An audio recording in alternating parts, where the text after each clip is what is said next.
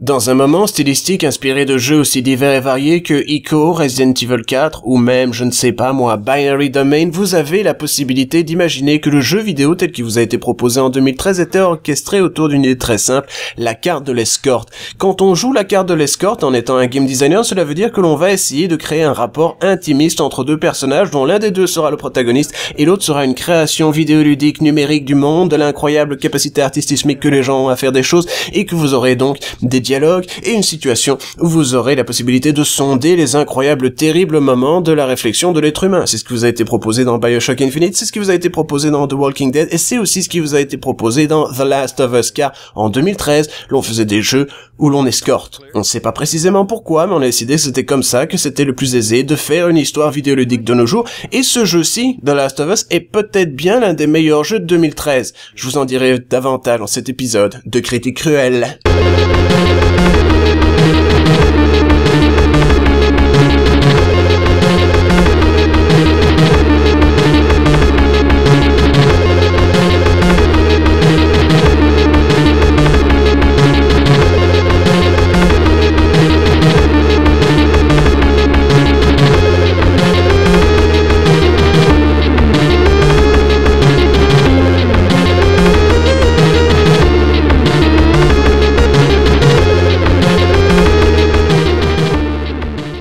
Attention les kids, je vais vous montrer comment qu'on fait. Si l'on prétend être capable de critiquer quelque chose, il faut simplement se poser une simple question, une question qui est relativement aisée à comprendre. Quel est le sentiment que l'on essaye de me faire ressentir? Si vous êtes capable d'utiliser ce système de lecture et de l'appliquer au cinéma, à la littérature, à la vie rêvée, à la vie réelle, à la vie privée, à la vie virtuelle, vous aurez certainement compris ceci. Il faut faire un effort pour comprendre les sentiments que les gens qui ont créé une œuvre essayent de vous instiller dans votre petite personne. Dans ce jeu-ci, qui est un jeu de Naughty Dog, on a essayé que vous ayez de la sympathie pour ce petit paquet de polygones en forme de jeune fille qui s'appelle Ellie et qui est le personnage que vous allez escorter du début à la fin de cette aventure d'une douzaine d'heures qui est réalisée par une compagnie qu'on n'a pas besoin de présenter car bien entendu c'est celle qui a fait la série des Uncharted. C'est ici dirigé par Bruce Straley, le game director de Uncharted 2, et c'est scénarisé et dirigé par Neil Druckmann, le lead designer d'Uncharted 2, c'est designé par Jacob Minkoff qui était game designer et level designer sur Uncharted 2, et vous aurez aussi remarqué au passage, pour peu que vous êtes un mélomane ou que vous avez de la sympathie pour la musique, que les musiques étaient proposées ici par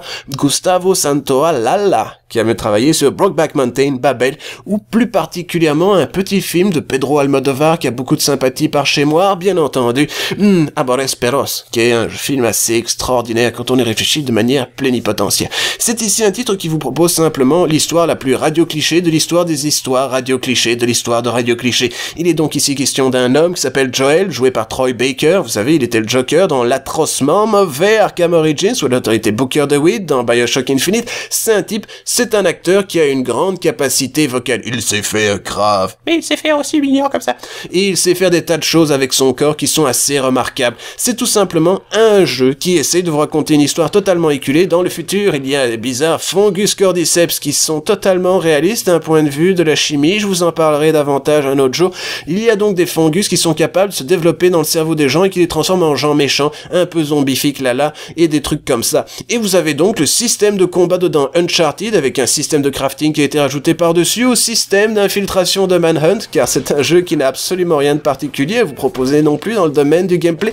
mais simplement un jeu qui, avec la force de ses moyens utilisés, la force de son scénario, de ces gens qui ont écrit de la musique qui va derrière, de la performance des acteurs et du système de représentation graphique qui lie le tout, vous donne l'impression de participer à un jeu qui est réellement un très très très bon jeu. Et en termes de gameplay, c'est probablement un jeu qui est simplement supérieur à ce qu'on pourrait admettre comme bon, bah ça nous fait chier d'habitude dans les jeux quand on le voit. C'est simplement un jeu qui est bien réalisé, avec beaucoup de moyens, et qui essaye simplement de vous faire ressentir une forme de sympathie pour ce petit personnage que vous allez escorter pendant 12 heures. Et là, le pari est pleinement réussi. Je veux dire, il est presque parfaitement réussi. D'ici la fin du jeu, vous aurez l'impression que vous connaissez cette petite personne qui n'existe pas et que vous avez passé 12 heures à faire le tour de l'Amérique, à essayer de la sauver des gens qui, bien entendu, sont pas particulièrement avec beaucoup de sympathie pour pour quelqu'un qui semblerait avoir la possibilité de sauver la race humaine, car on ne sait pas précisément pourquoi les monstres dans ce jeu ne sont pas réellement ces terribles zombies fongiques qui vous ont apparu comme une idée mirifique, mais bel et bien